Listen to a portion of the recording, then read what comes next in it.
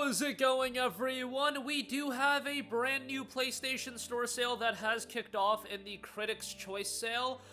This sale is a little bit smaller than your average sale, 1,700 deals instead of like 4,000 deals. However, I do think the deals are kind of top-heavy in the sense that there's a lot of newer games that are seeing historic low prices, and that's what we're highlighting in this video, the historic low discounts on games as a part of the Critics' Choice sale. So, got about 15 deals to go over. This is nowhere near to all of the deals, but even all of the deals that are historic lows, but I thought they were notable enough to mention. Some of the price points I still wouldn't say are low enough to buy them, but we'll go over it game by game, and ultimately, it is your decision to make on whether or not you want to buy them at this price point. First of all, I would say, honestly, the biggest deal as a part of this sale, Black Myth Wukong is 25% off for $44.99.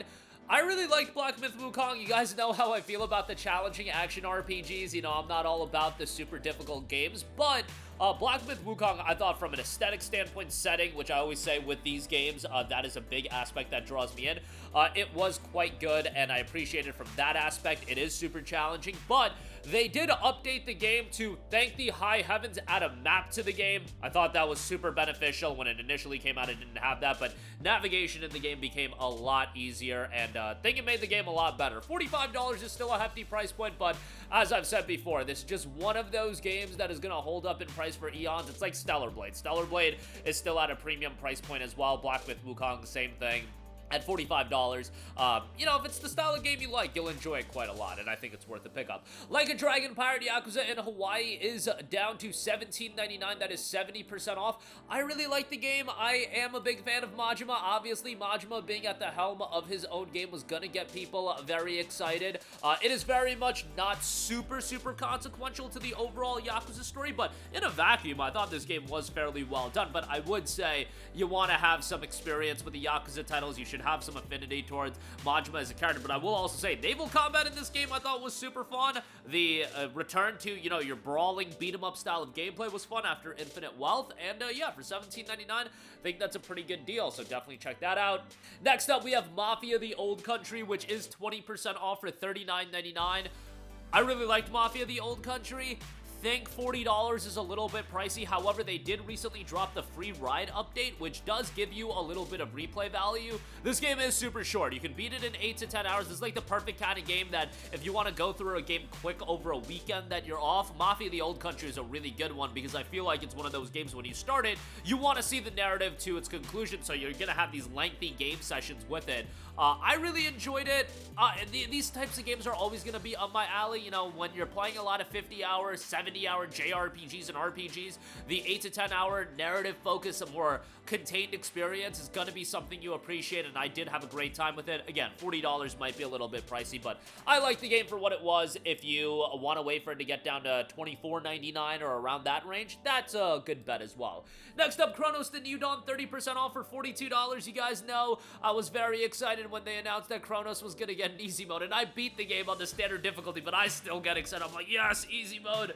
But Cronos isn't this brutally difficult game. Look, I always say, using myself as the barometer, if I could beat a game, anybody could beat a game. Like, literally, I really do believe that. Anybody that's somewhat into playing video games could beat a game if I can beat it. But Cronos is a title that I think from an atmosphere standpoint and narrative standpoint, absolutely incredible. The gameplay is totally fine, it's totally serviceable, but the visuals, atmosphere, the narrative as well, I thought it was really well done. It does have a little bit of replay value, but as a horror title, you kind of know it's going to be your 15-hour game, and then you move on after that unless you want to play through it again.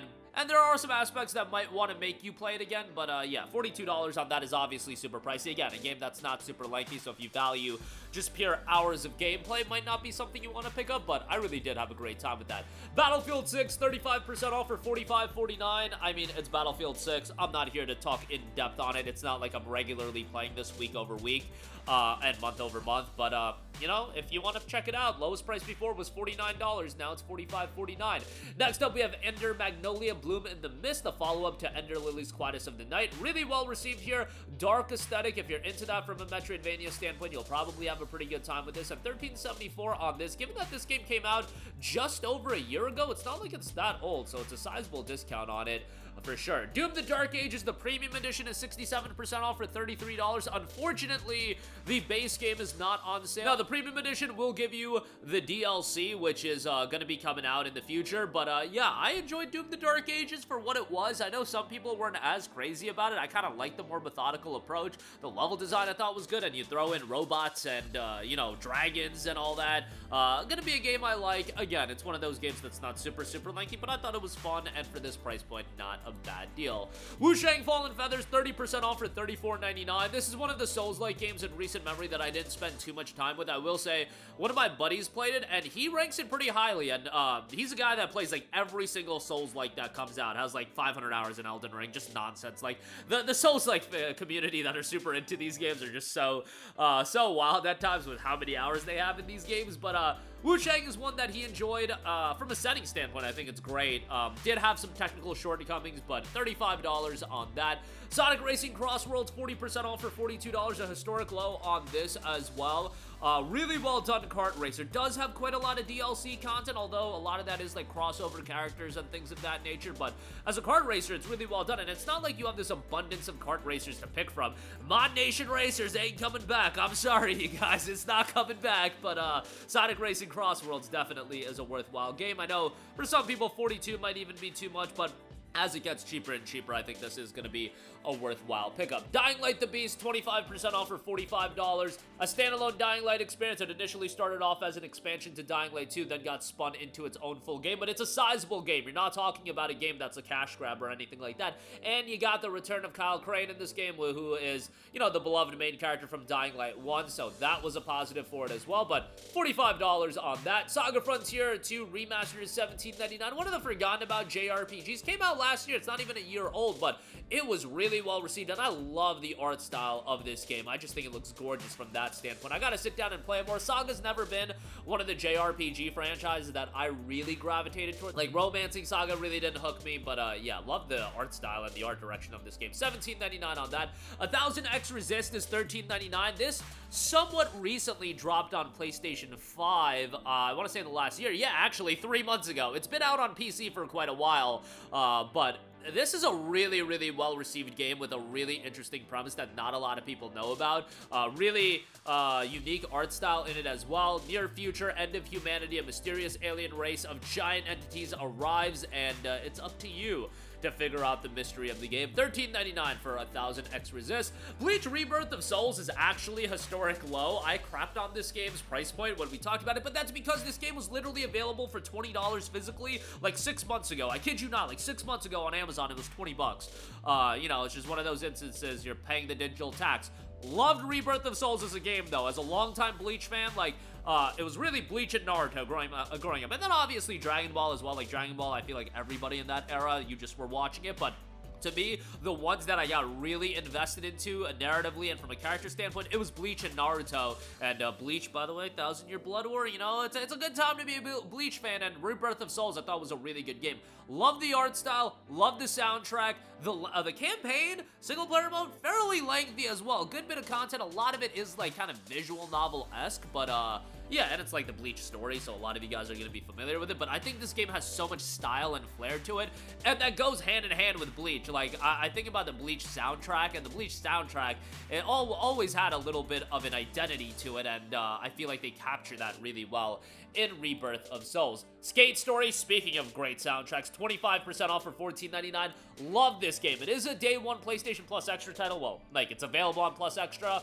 Super stylish visuals, awesome aesthetics and soundtrack.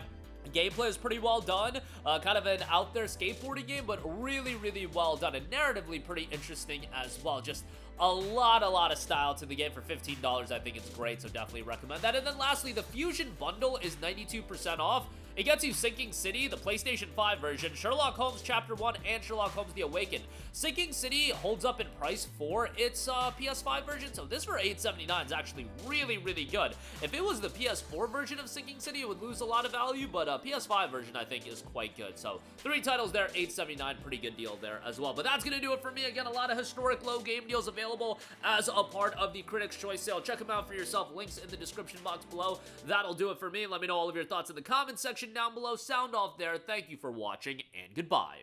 Hey guys, we hope you enjoyed the video, and if you did, make sure to hit the subscribe button, and if you're already subscribed, do us a favor and hit the bell icon. This way you'll be notified whenever we post a new video. That's the best way to keep up with all of our uploads, and we usually try to upload 2 videos a day. And with the bell icon hit, you'll be notified whenever we do upload a video. As always, thanks for watching.